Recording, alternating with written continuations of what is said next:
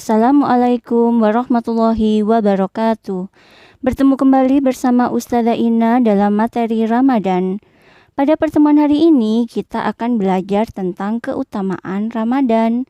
Simak dengan baik ya. Hari ini adalah tanggal 17 Ramadan, yaitu hari Al-Quran diturunkan. Maka, dalam pembelajaran keutamaan Ramadan kali ini, Ustazah akan mengawalinya dengan kisah turunnya Al-Quran. Kisah turunnya Al-Quran diabadikan Allah dalam firman-Nya di surah Al-Baqarah ayat 185. Yang artinya, bulan Ramadan adalah bulan yang di dalamnya diturunkan Al-Quran sebagai petunjuk bagi manusia dan penjelasan-penjelasan mengenai petunjuk itu dan pembeda antara yang benar dan yang batil. Karena itu, barang siapa di antara kamu ada di bulan itu, maka berpuasalah. Dan barang siapa sakit atau dalam perjalanan, dia tidak berpuasa. Maka wajib menggantinya sebanyak hari yang ditinggalkannya itu pada hari-hari yang lain. Allah menghendaki kemudahan bagimu dan tidak menghendaki kesukaran bagimu. Hendaklah kamu mencukupkan bilangannya dan mengagungkan Allah atas petunjuknya yang diberikan kepadamu agar kamu bersyukur. Kisah turunnya Al-Quran. Menjelang usia 40 tahun, Nabi Muhammad sering menyendiri dan bertafakur di Gua Hira. Sepanjang Ramadan, beliau beribadah di dalam gua. Khadijah selalu datang dengan setia, membawakan makanan dan minuman untuk suami tercinta. Semua dilakukan dengan keikhlasan dalam hatinya, dengan harapan Nabi Muhammad mendapat petunjuk bagi kaumnya, agar segera terbebas dari masa jahiliyah. Di sanalah Nabi Muhammad mendapat wahyu pertama, dengan malaikat Jibril sebagai perantara. Bacalah, malaikat Jibril berkata. Namun Nabi Muhammad menjawab, aku tak bisa membaca. 3 kali diulangnya, hingga malaikat Jibril membacakan surah Al-Alaq ayat 1 hingga 5. Nabi Muhammad menyimak dan mengingatnya dengan susah payah. Dengan gemetar, beliau pulang ke rumah. Khadijah pun segera menyelimutinya. Semoga setelah teman-teman mengetahui kisah turunnya Al-Quran ini, teman-teman memahami sulitnya untuk belajar. Akan tetapi, hal itu tidak menghalangi kita untuk terus menambah ilmu kita, terus bersemangat untuk belajar, khususnya mempelajari agama Islam. Keutamaan Ramadan. Keutamaan Ramadan yang pertama adalah amal mulia yang pahalanya langsung dari Allah Subhanahu wa taala. Sebagaimana firman Allah dalam hadis qudsi riwayat Imam Bukhari Muslim yang artinya, setiap amal keturunan Adam untuknya kecuali puasa, maka itu untukku dan aku yang akan membalasnya. Keutamaan yang kedua adalah bau mulut orang yang puasa lebih baik di sisi Allah daripada minyak misik. Sebagaimana hadis riwayat Imam Bukhari yang artinya, bau mulut seorang yang berpuasa lebih harum di sisi Allah pada hari kiamat dari harumnya misik minyak wangi yang paling harum di dunia. Tentu saja hal ini tidak berarti teman-teman boleh meremehkan kegiatan menggosok gigi sesudah sahur. Pastikan untuk mengurangi bau mulut kita sesudah sahur teman-teman menggosok gigi. Keutamaan yang ketiga, orang yang puasa akan mendapat 2 kegembiraan. Sebagaimana hadis riwayat Imam Bukhari Muslim yang artinya, orang yang berpuasa memiliki 2 kegembiraan. Ketika berbuka, dia gembira dengan bukanya. Dan ketika bertemu Tuhannya, dia gembira dengan puasanya. Semoga ketika dibangkitkan di hari kiamat nanti, kita akan merasakan kegembiraan atas segala amal yang telah kita perbuat di dunia. Amin. Keutamaan yang keempat adalah memasukkan pelakunya ke dalam surga. Sebagaimana hadis riwayat Imam Ahmad, Nasai, dan Hakim, yang artinya dari Abu Umamah berkata, Saya datang kepada Rasulullah SAW. Maka saya berkata, perintahkan kepada saya dengan sebuah amal yang dapat memasukkan saya ke dalam surga. Rasulullah menjawab, berpuasalah.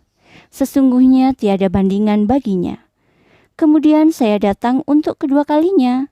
Maka beliau berkata, berpuasalah. Semoga kita dimudahkan untuk memasuki surga Ar-Rayyan bagi para ahli puasa. Amin.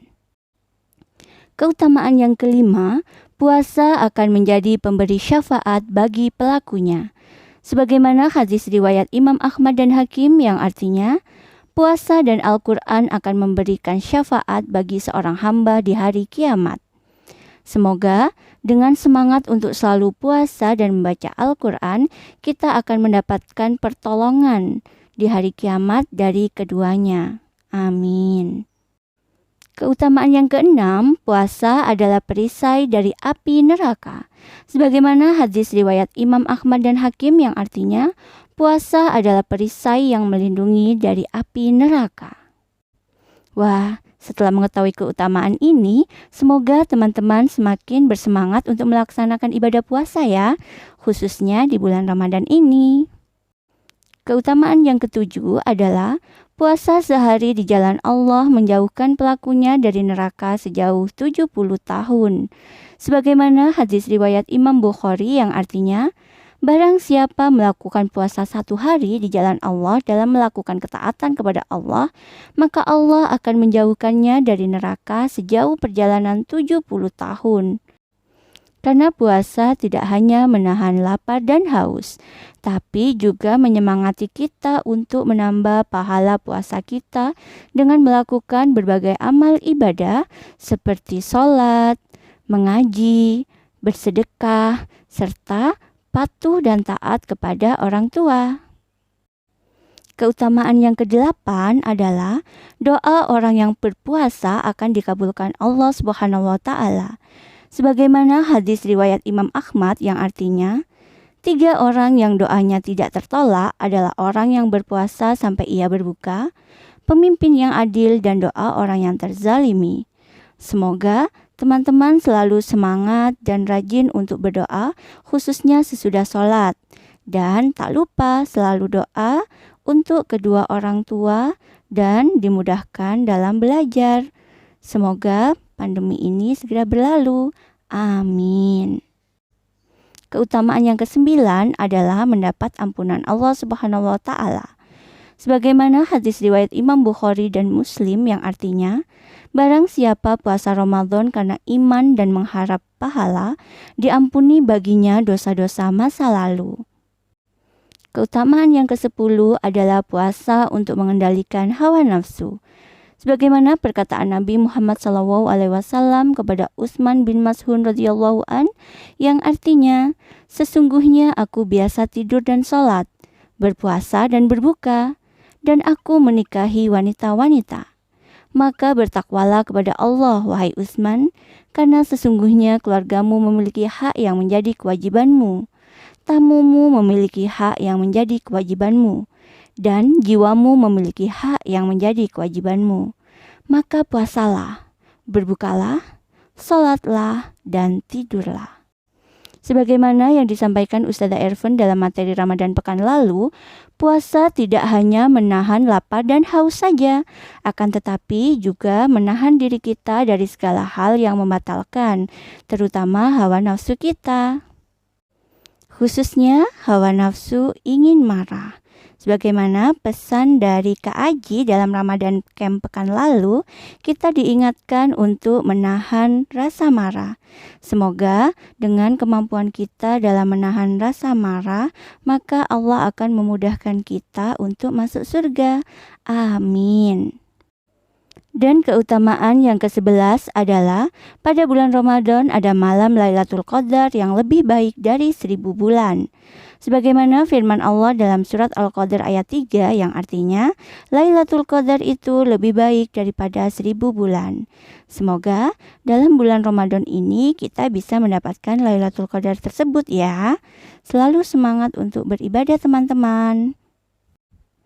Apakah ada yang ingin teman-teman tanyakan dari materi kita hari ini? Jika ada, silahkan disampaikan kepada wali kelas masing-masing. Untuk berikutnya, tugas teman-teman adalah menulis sebuah paragraf minimal 3 kalimat tentang apa yang akan teman-teman lakukan setelah mengetahui keutamaan-keutamaan bulan Ramadan ini. Terima kasih. Demikian dari Ustazah Ina. Mohon maaf atas segala khilaf. Selamat beribadah. Semoga kita bisa mengisi khususnya 10 hari terakhir ke depan dengan ibadah yang lebih baik lagi. Dan bisa istiqomah di bulan-bulan berikutnya. Amin.